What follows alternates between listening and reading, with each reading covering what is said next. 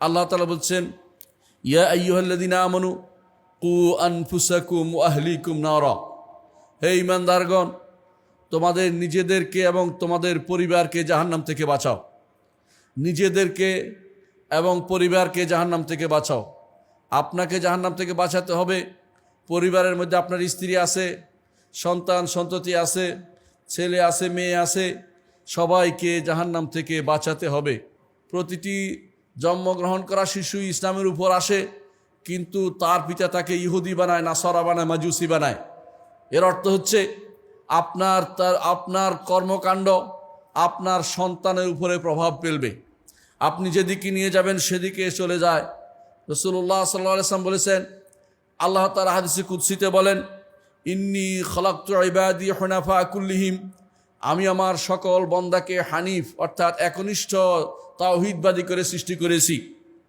ফাইস্তালাতহুমুশ শায়াতিন, শয়তান তাদেরকে ভিন্ন পথে নিয়ে যায়। আর শয়তানের দোসর কারা? পিতা মাতা, বন্ধু বান্ধব, পরিবেশ, আশেপাশের সোসাইটি, এগুলি একজন মানুষকে ভিন্ন পথে নিয়ে চলে যায়। অনেক মানুষকে আপনি দেখবেন ভালোই ছিল, ধীরে ধীরে খারাপ হয়ে যায়। সন্তান সন্ততি কোনো সম্পদ বানাতে হয়, পরিবেশটা ভালো রাখতে হবে।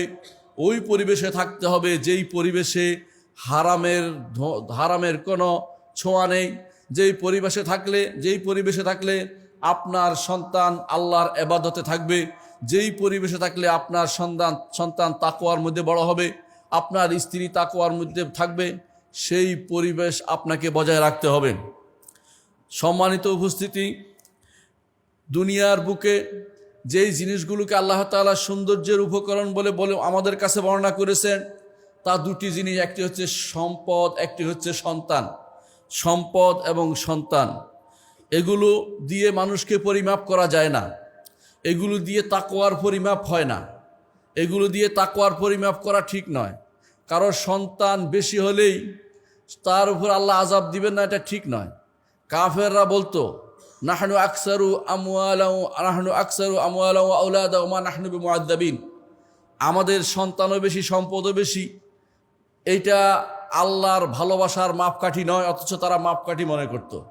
তারা বলতো, যেহেতু আমরা কুফরি করার পরেও আমাদের সন্তান বেশি, তাহলে আল্লাহ আমাদেরকে ভালোবাসেন।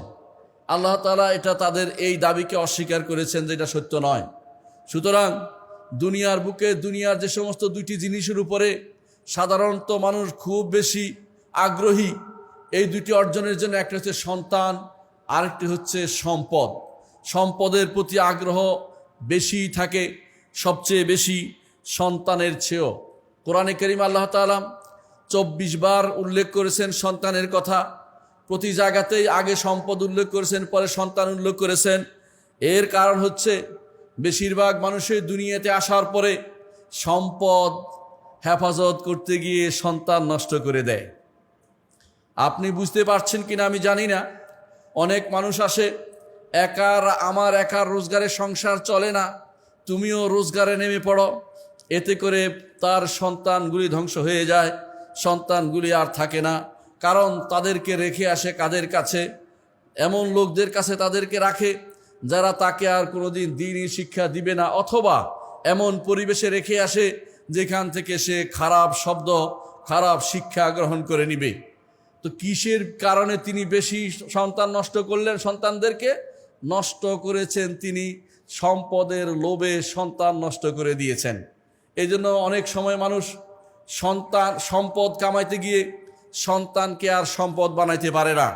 অথচ যদি তার সন্তানকে দুনিয়া এবং আখিরাতের সম্পদ বানাতে চাইতেন, তিনি সব কিছুর আগে পরিবারের দিকে নজর দিতেন, সম্পদের দিকে বেশি নজর দিতেন না।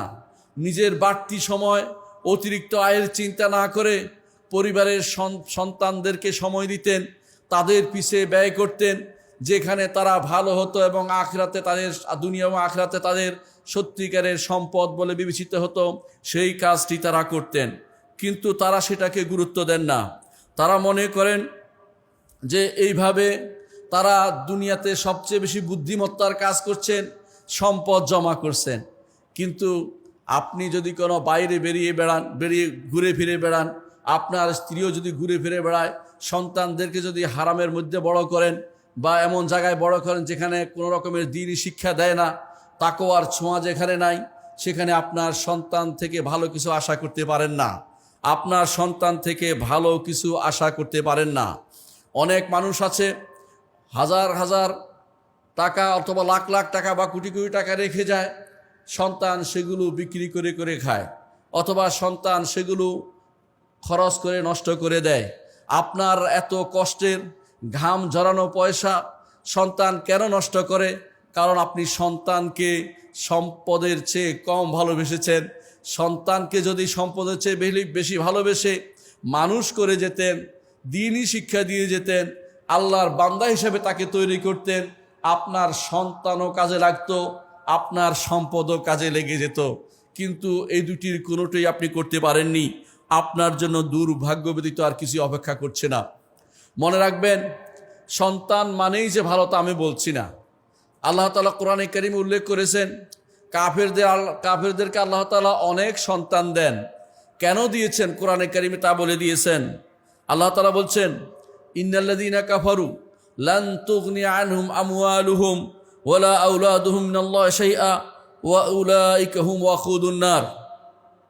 নিশ্চয়ই যারা কুফরি করেছে তাদের সম্পদ এবং তাদের সন্তান তাদের সামান্যতম কাজে লাগবে না। কেউ কাফের হলে তার সন্তান সন্ততি আখিরাতে কোনো কাজে আসবে না, বরং তারাও জাহান্নামের ইন্ধন হবে, একে অপরের জন্য আগুনের কাজ দিবে। জাহান্নামে একে অপরের জন্য আগুনের কাজ দিবে, কোনো দিনে তার কোনো উপকারে আসবে না। অন্য আয়াতে আল্লাহ তাআলা বলেছেন, উলাইকা আসহাবুন নার, সবাই তারা জাহান্নামে যাবে, হুম ফিহা খালিদুন, সেখানে তারা চিরস্থায়ী হবে।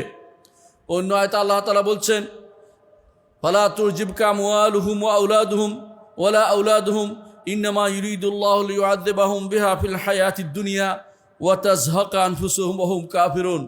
হে নবী, কাফেরদের সন্তান সন্ততি এবং তাদের সম্পদ দেখে যেন আপনি আশ্চর্য না হন, আপনি যেন চমৎকৃত না করে যেন আপনাকে, কারণ আল্লাহ তো চায় এর মাধ্যমে দুনিয়ার বুকেই তাদের শাস্তি দিতে। কারণ সন্তানের জন্য এটা করবে ওইটা করবে, তাদের তো আখিরাতের চিন্তা নেই। কাফেররা সন্তানের জন্য এটা করবে ওইটা করবে করতে করতে নাভিশ্বাস উঠে যায়, এভাবে তার মৃত্যু চলে আসে। মৃত্যুর সময়ও তার মাথায় থাকে সন্তানের জন্য 3 তালাটা করতে পারিনি, 5 তালাটার কাজ শুরু করা যায়নি, অমুক জমিনটা কেনা হয়নি, অমুক মার্কেটটা শেষ করতে পারেনি। কিন্তু সে চিন্তা করেনি যে আল্লাহ তাকে পাঠিয়েছেন, সে আল্লাহর নির্দেশনা সে এবং তার সন্তান পালন করেছে কিনা। কোরআনে কারীমে আল্লাহ তাআলা আরও বলেন যে সাধারণত কাফেররা বলতো যে আমরা সন্তান সম্পদ পেয়েছি, এই জন্য তারা অহংকার করতো কাফেররা। আল্লাহ তাআলা তাদের অনুসরণ করতে আমাদের নবীকে নিষেধ করেছেন। যদিও নবী অনুসরণ করবেন না, শুধু আমাদেরকে সাবধান করেছেন, ওয়ালা তুতি কুল্লা হাল্লাফিম মাহিন হাম্মাজিম মাশশাইম বিনামিম মান্না'ইল লিল খায়রি মু'তাদিন আযীম উতুলিম বা'দা যালিকা জানিম আন কানা যা মালিন ওয়া বানিন। সন্তান সম্পত্তি হওয়ার পরে আল্লাহ রসুলের বিরুদ্ধে এই লোকটি ওয়ালিদ ইবনে মুগিরা কিভাবে নেমেছিল, আল্লাহ তাআলা তার অনেকগুলো খারাপ গুণ উল্লেখ করে কোরআনে কারীমে তাকে খারাপ ব্যক্তি হিসাবে চিত্রায়িত করেছেন। এর অর্থ হচ্ছে, কাফেরদের সম্পদ দেখে আপনি যেন কোনোভাবেই নিজেকে সংকুচিত মনে না করেন, কারণ কাফেরদের সম্পদ হবে। আমাদের কোরআন এবং আমাদের রসুলের হাদিস আমাদেরকে আগে জানিয়ে দিয়েছেন। রাসূলুল্লাহ সাল্লাল্লাহু আলাইহি ওয়াসাল্লাম বলেছেন, দুনিয়া যদি কোনো আল্লাহর কাছে এক মাছির ডানার মতো মূল্যবান হতো, কাফেরদেরকে তিনি এক ফোঁটা পানিও খাওয়াতেন না। দুনিয়ার মূল্য নাই বলেই তো তাদেরকে বেশি দিচ্ছেন। আর আপনি আজ আপনার সন্তানকে ধনী করার জন্য, নিজেকে একজন অমুক সাহেব বলে পরিচিত করার জন্য হারামের দিকে হাত বাড়ান, হারামের দেশে অবস্থান নেন, হারাম ছাড়া আপনার কোনো কিছু চলে না। এর অর্থ হচ্ছে আপনি আল্লাহর নির্দেশনার বাইরে চলেছেন। কোরআনে কারীমে আল্লাহ তাআলা বলেছেন, যদি ইমানদাররা সব কাফের হওয়ার আশঙ্কা না থাকতো, লা জাআলনা লিমান ইয়াকফুরু বির রহমান লিবুয়ুতিহিম সুকুফাম মিন ফিদ্দা। তাহলে যারা কাফের তাদের ঘরের ছাদগুলো রৌপ্যের করে দিত আল্লাহ তাআলা, তাদের স্বর্ণের বিভিন্ন জিনিস আসবাবপত্র দিত। এর অর্থ হচ্ছে ঈমানদারদেরকে তিনি বেশি দিবেন, এটা আগেও বলেন নাই। যদি দেন তাহলে সেটা ভালো। নেমাল মালুস সালেহ আব্দুস সালেহ, সম্পদ যদি ভালো মানুষের হয় ভালো কাজে লাগায়, সন্তান যদি ভালো মানুষের হয় ভালো কাজে লাগায়। আর খারাপ মানুষের হলে সে লাগাবে মাস্তানিতে, অথবা সে লাগাবে হারাম টাকা রোজগারে, অথবা সে লাগাবে দুনিয়া কিভাবে হস্তগত করা যায় সেই কাজে সে লাগাবে।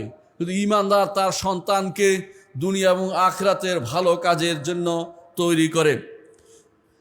ঈমানদাররাও কখনো কখনো সন্তানের ফিতনায় পড়ে যায়। আল্লাহ তাআলা কোরআনে কারীম আমাদেরকে সাবধান করেছেন, বলেছেন ইন্নামা আমওয়ালুকুম ওয়া আওলাদুকুম ফিতনাহ ওয়াল্লাহু ইনদাহু আজরুন আযীম। তোমাদের সন্তান সন্ততি এবং সম্পদ তোমাদের জন্য পরীক্ষার সামগ্রী। পরীক্ষা কিভাবে? এইভাবে যে আমি কি এগুলি দিয়ে আল্লাহর পথে চলছি নাকি দুনিয়ার পথে চালাচ্ছি।